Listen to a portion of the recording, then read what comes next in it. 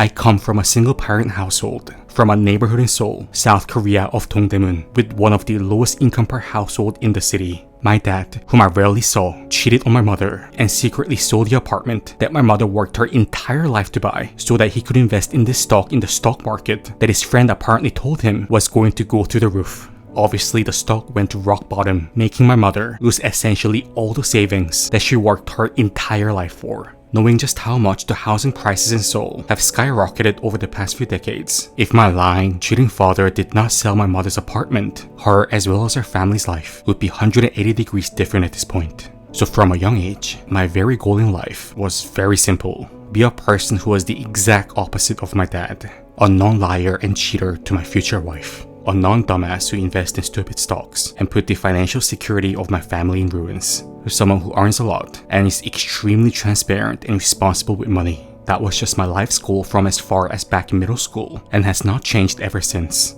And in middle school, the marriage part was far distant into the future, so my focus was on thinking of how I can become wealthy in the future. And how do you get wealthy in South Korea? First, you have to enter a prestigious university, plain and simple. Unless you're going to succeed in sports, such as Heung-min, South Korea literally puts one of the harshest ceilings ever for people who do not go to good universities. As in, no matter how hard you work, if your academic credentials are not sufficient, you're never going to get the promotion, never going to get the business opportunity, period. So what did I do in middle and high school? Study my ass off like there was no tomorrow. It was literally the only way out. And thankfully, the work paid off and I excelled quite a bit academically. But then in my very junior year of high school, just a year and 10 months left from entering university, I had to change my high school as my mother's work moved to another location and I had to follow. Now, I've mentioned how obsessive, almost maniacal South Koreans are about university entrance, and the kids at my new school were apparently very unhappy about how another kid, someone who had good grades from the previous school, moved to their school just a few months before university exams are taken and the applications are sent in. As you may be aware, universities have quotas about how many students from one particular high school can be accepted, meaning your friends in school are not actually friends in the university entrance sense, they are competition. And on the first semester of my junior year at my new high school, my report card did not arrive at my house. Long story short, the moralist kids, I would at least somewhat understand if it was just a handful few, but then it was almost the entire class, just pure mass psychopathy, whose only sole focus was university entrance, stole my report card as they were curious about how this new kid actually performed academically and just how much they had to worry. I later found out that they all passed around my grade report card and saw my grades for each subject. The parents of these kids were no better. I later found out that the mothers of the kids at the new school were talking mad shit about my mother of how she dares move his son into a new school when there are only a few months left to university exams and applications. How my mother acted out of place. When I found all of this out, I was like, please excuse my language. But then I was like, fuck this. Fuck all of this. Fuck these moralist students in South Korea who have absolutely no sense of shame in stealing, raised by equally moralist parents. Fuck this education system and this society. Then out of this pure hatred, I started looking into applying to universities abroad. As you can imagine, going to a university in the US or the UK was absolutely impossible for me from a financial standpoint. There was no way that my family could afford to pay for the tuition fees, let alone the living expenses in these countries. However, one country miraculously helped me out: Japan. Well, it was a university from Japan that helped me out: Waseda.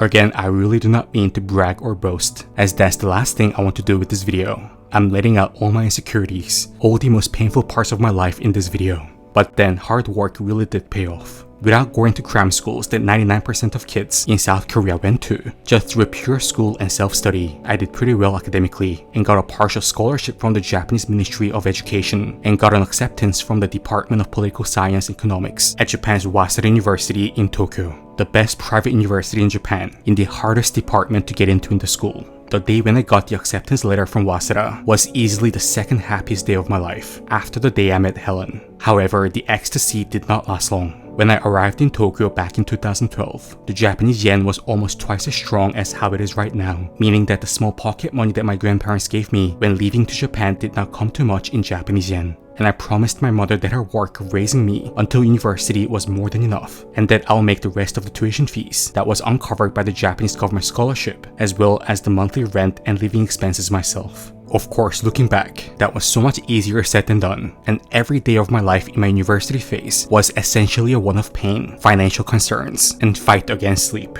But then, all of it worked out in the end. Because of all the trauma and suffering that I went through during my childhood and adolescence, I was able to make the decision to move to Japan. So without all the suffering from the past, I would have never have went to Japan for university and stayed for work post-graduation. And this YouTube channel would not be here, as I would not have been able to discuss the Japan-related topics as I do right now. And most of all, I would not have been able to meet my wife Helen if I did not move to Japan. In fact, even if I moved to Japan but came from a family of just somewhat a decent financial standing, I still would not have been able to meet Helen, as I would not have worked part-time, as I would have just operated with the pocket money sent in from my parents, as in how most students in Waseda usually were, and not work part-time and just stay in the small Waseda circle. This is as I met Helen, also still a university student at the time from another school, while I was working part-time in order to pay my rent and prepare for the next semester's tuition fees. So ironically, I know that this message is actually quite far from the usual type of positive messages on YouTube, but for me, ironically, this pure hatred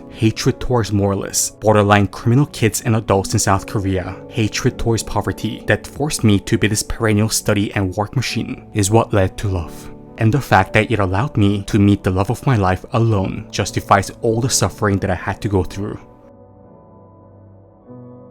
So yeah, I apologize if this video was not a positivity-filled one discussing why I moved to Japan because I loved this and this aspect of the Japanese culture and food, as they were frankly not the reason I moved to Japan. But here is a cliche message for you: do not give up. There were so many times throughout the phases in life in which I've discussed where I just wanted to let go. I could have easily said, fuck university, my family cannot even afford to pay me to go to one after-school cram school. I cannot compete academically with these kids who go to 6 cram schools for each different subject. Fuck all this, and give up on studying. When the report card stealing from the mass of the class occurred, I could have again just said, F all this, F this education system and these no good high schoolers and their parents, and just drop out of high school and again give up on studying. And even in university, there were times when the tuition fee payment deadline for the upcoming semester was due in like 2 days, but I was still short on a few tens of thousands of yen, so worked 48 hours straight with some construction work that paid immediately on the day, made the remaining money, then ran to the administration office of the political science and economics department to pay my tuition fees on the deadline day in cash in an envelope, then cry outside the administration office afterwards on why life just had to be so hard.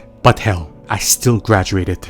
This is why for many, you may think, why is this guy Al so happy about just a bachelor's degree, not like he got a PhD? But then although it is a lot of the IKEA effect coming in, my bachelor's degree will be worth more for me than all the PhDs that I may pursue in the future on just how painful it was and just how much I had to give. But then, I did not give up. If you don't die, you'll survive. And I can guarantee you that you will survive. I know how uneloquent this sounds, but I really do not know how else to put it. And for whatever reason, your reasons can be similar to mine or completely different to mine, but for whatever reason you decide to come to Japan, do it. Do not give up in your process of getting to here, and even when you're in Japan, do not give up when things get stupid hard. And I can guarantee that there will be times when things do get stupid hard, especially if you try to do everything by yourself without support. But then out of all of this, as long as you do not give up and just survive through day by day, I'm not going to say all the bullshit off, enjoy the process and all that, as most times you just can't. But if you do not give up, just manage to survive through day by day, doing what you have to do,